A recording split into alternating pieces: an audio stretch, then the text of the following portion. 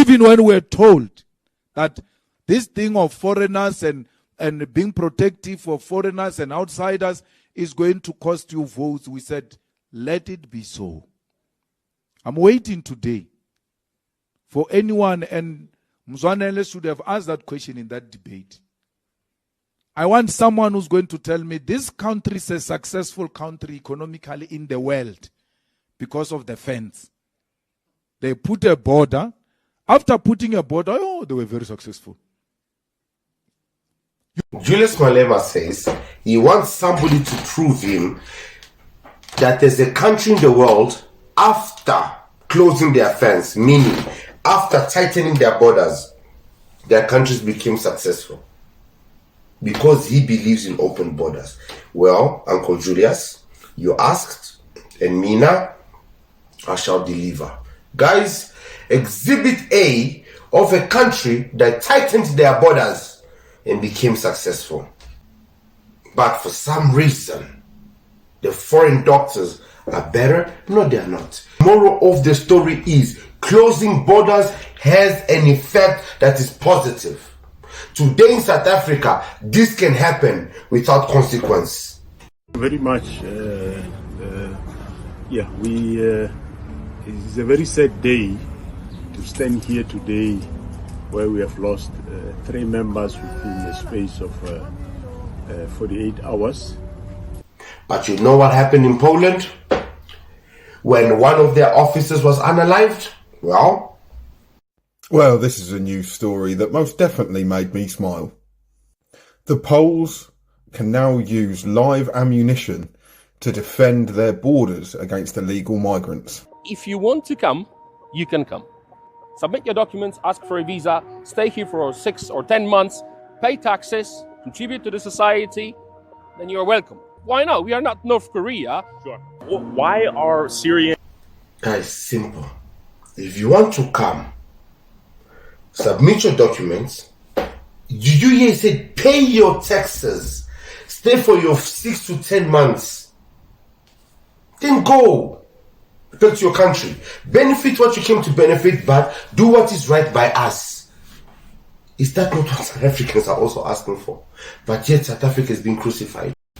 Yo, what's happening, guys? It's your boy Uncle P. It's another episode of Uncle P's podcast. Guys, you know, I've realized that the more I speak about clever blacks, or these individuals who are trying to mislead South Africans into thinking otherwise than what is really happening in the country, I realize that the infiltration of foreigners is deeper than we think.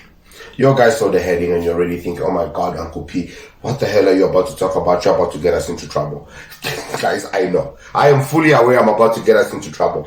But we can't ignore the fact that culture contamination in South Africa may have started a long time ago. Culture contamination, just like Musa Maimane, who the DA used as a puppet and tried to train allegedly into a black mulungu so that they may indirectly control black people through him, and failed. What if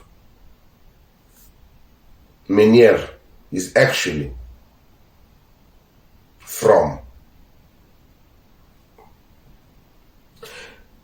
I'm gonna play a couple of videos with his own words, and I'm gonna let you guys decide, because we are gonna collectively make this decision, and your guys comment below. I am very interested to see what your guys say. So Exhibit A.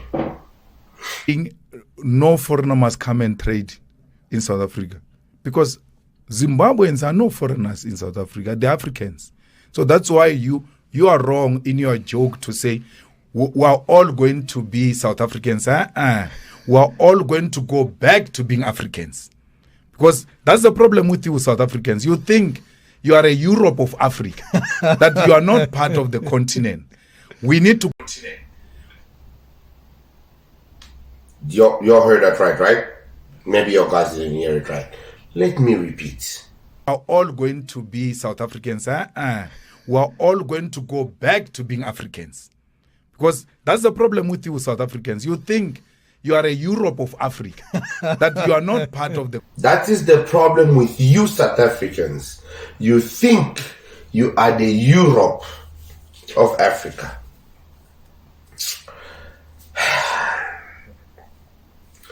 Many of you may come here and be on some, okay, Uncle P, maybe you're taking a statement out of context. Maybe. But you know me. I don't only throw a jab. I might have an uppercut, a hook. I might even have an elbow or a knee, if you know what I'm talking about. So, Exhibit B. Today, you are fighting with Zimbabweans. You are all fighting to be Negroes. You are fighting to work for a white man. You are not fighting for the land. All of you joined forces together against Zimbabweans. What's wrong? No. All of you joined forces against Zimbabweans. It's not my words, it's his words. He is defending Zimbabweans. He says that we are fighting to be Negroes. We are not fighting for the land.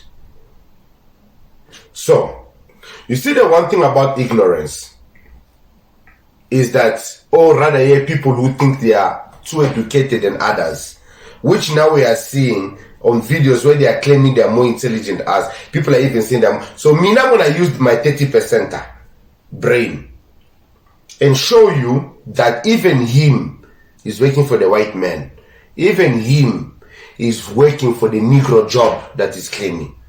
He thinks the gardening job and the maid job is the only Negro jobs because he thinks that's the jobs that the South Africans are fighting for. This is how they take our intelligence and make us look like we are idiots. What percentage of taxes are paid by white people in South Africa? As shown in the table 24, it appears that at 32% of its respective income, the tax share of the white sectors of South Africa is very high by the standard of other middle class income countries and at least comparable to that prevailing on average in industrial countries. Furthermore, which race is the richest in South Africa? Historically, white-headed households have had the highest average income in South Africa. According to recent data from Stats SA, however, the country experiences significant wealth inequality with a wide gap between income levels across racial groups, with black households consistently earning the least and white households at the top. Guys, historically, white-headed households have had the highest average income in South Africa. What am I trying to say? The white man pays the highest tax, and the government survives on what? Taxpayers' money. So if the white man pays the highest tax, they own the highest wealth. Who is paying Julius Malema? So Julius Malema, fighting to be in parliament, to be in government, is fighting to get a job from who?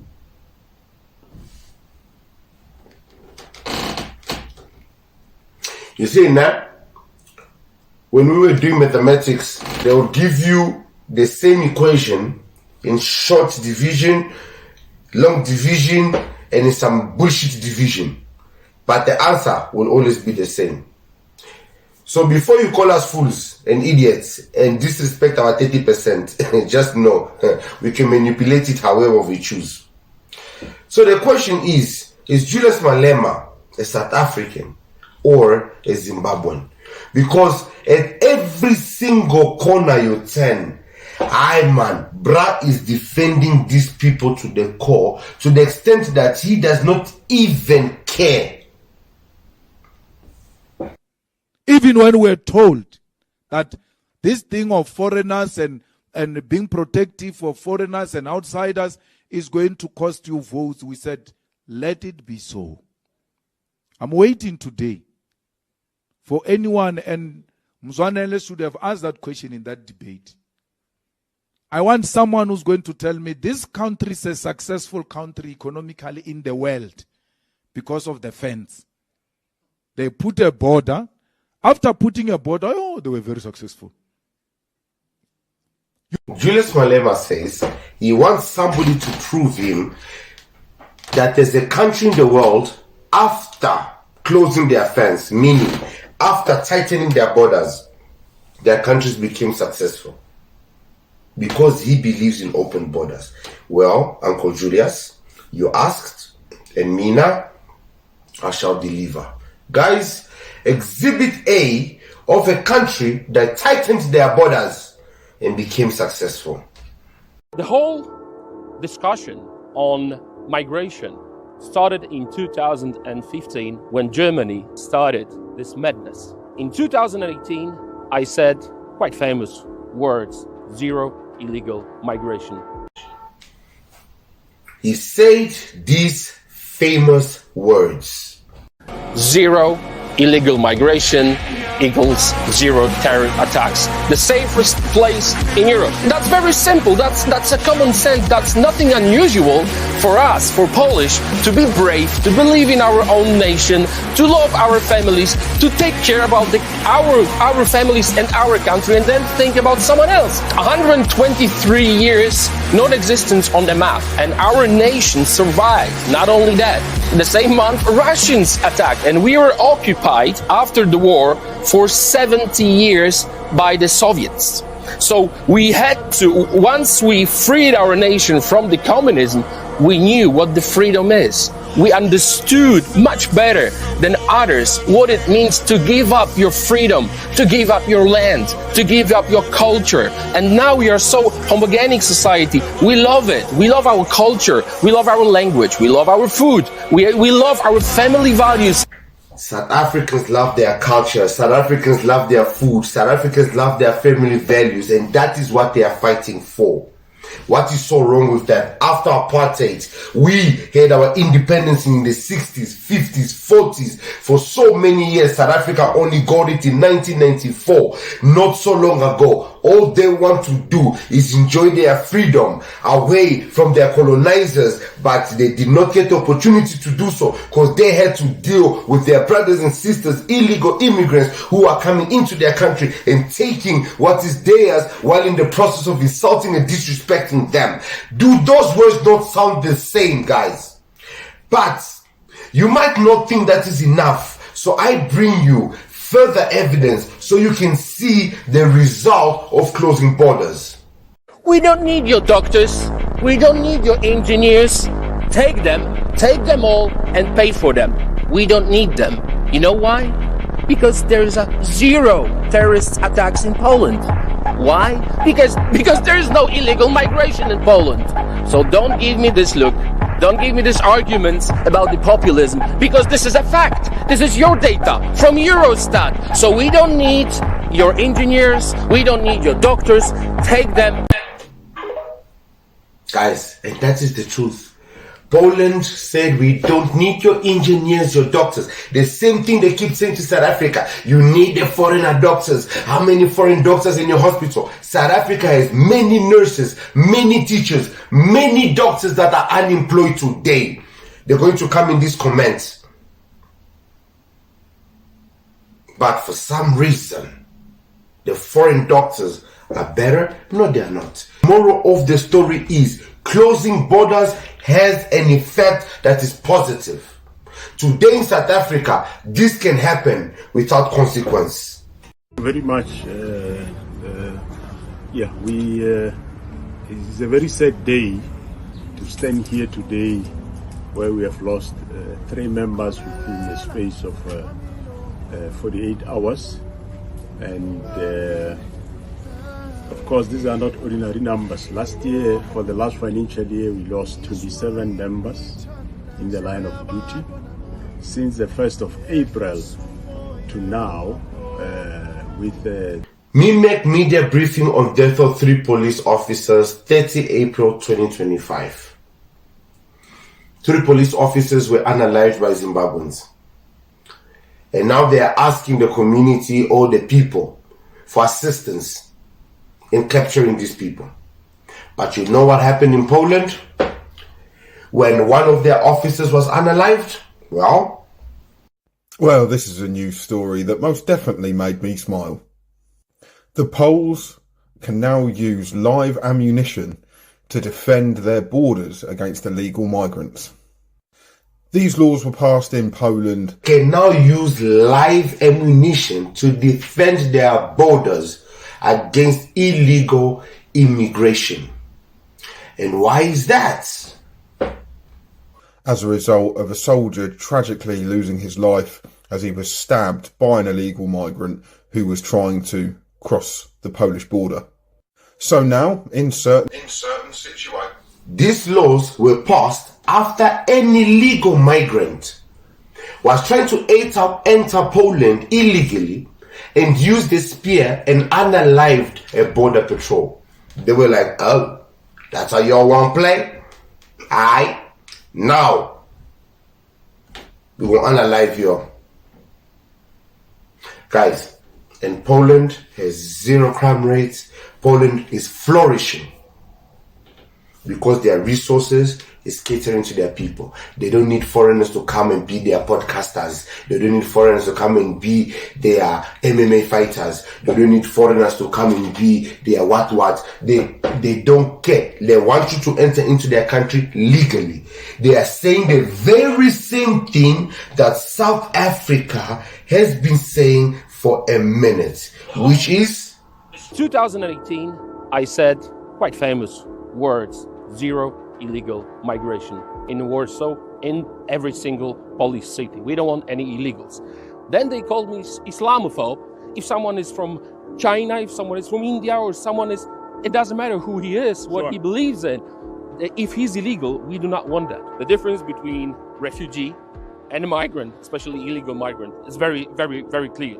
The refugee is the person who flee from the country of conflict to the first safe country. I didn't know that Syria is bordering country with Poland. It's not. It's not. Okay. To the first safe country. That is why we took over 2 million Ukrainians. Legal. Because you are contiguous, you guys border. That's right. That's right. In the case of Syria, Afghanistan, Eritrea, that is not the case. They are not refugees. I'm trying to repeat it every single time. If you want to come, you can come. Submit your documents, ask for a visa, stay here for 6 or 10 months, pay taxes, contribute to the society, then you're welcome. Why not? We are not North Korea. Sure. Why are Syrian... Guys, simple. If you want to come, submit your documents. Did you hear it said pay your taxes? Stay for your 6 to 10 months. Then go back to your country. Benefit what you came to benefit, but do what is right by us. Is that not what South Africans are also asking for? But yet South Africa is being crucified. Julius Malema wanted proof for us to show him a country that closed their borders and they became successful. And there's the proof. I've brought the proof. But guys, just remember, elections are coming. And because the elections are coming, they're going to start singing a different song to try to mislead you.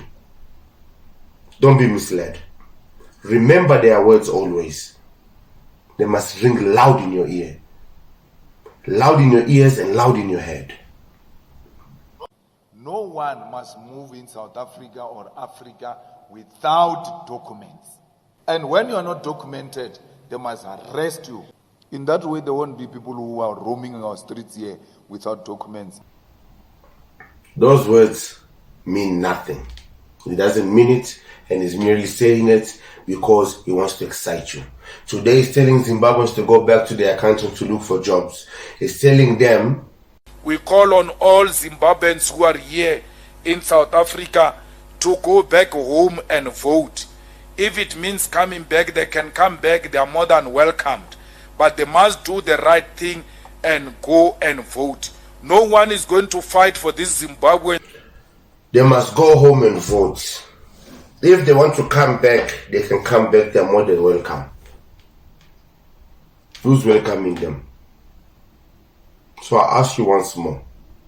Have I given you enough evidence or proof? Or you are going to continue to support people who clearly don't care for your vote, don't care for what you wish for or desire?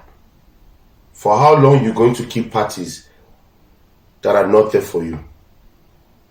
Guys, elections are coming, whether it's local, whether it's 2026 or 2029. Change is inevitable. It has to happen. And it starts from the top, unfortunately. What Operation Dudule March for March are doing will hold no weight if they don't have real power. And I want South Africans, and especially you guys who watch YouTube and content, to be careful. There are some content creators. Today they are shouting, vote Operation Dudula, support Operation Dudula. But they were not doing that before. Some of them, they're just doing it for pure content because they are running off trending contents. If you go to their channels and you check, you'll see that some of their videos, they're not doing well. So they have to force themselves to say certain things in order for videos to push. Be careful who you listen to. Hear the message from long. Who has been true to the message, who has been true to the fight, is the person you stick to. A lot of people will come to mislead you. They will say things that sound like sweetness. But in the end of the day, not all that glitter is. I'm a boy Uncle P. And trust me, in the next couple of episodes, I will expose more politicians, more people that you should not be looking at. Because when I spoke about Gator McKenzie, they crucified me. They said that I hated him. Today, they will tell me I hate Julius Malema too, including the ANC. Some people may even come here and tell me not to talk about South African politics. I should mind my own business. But guess what? You all know me.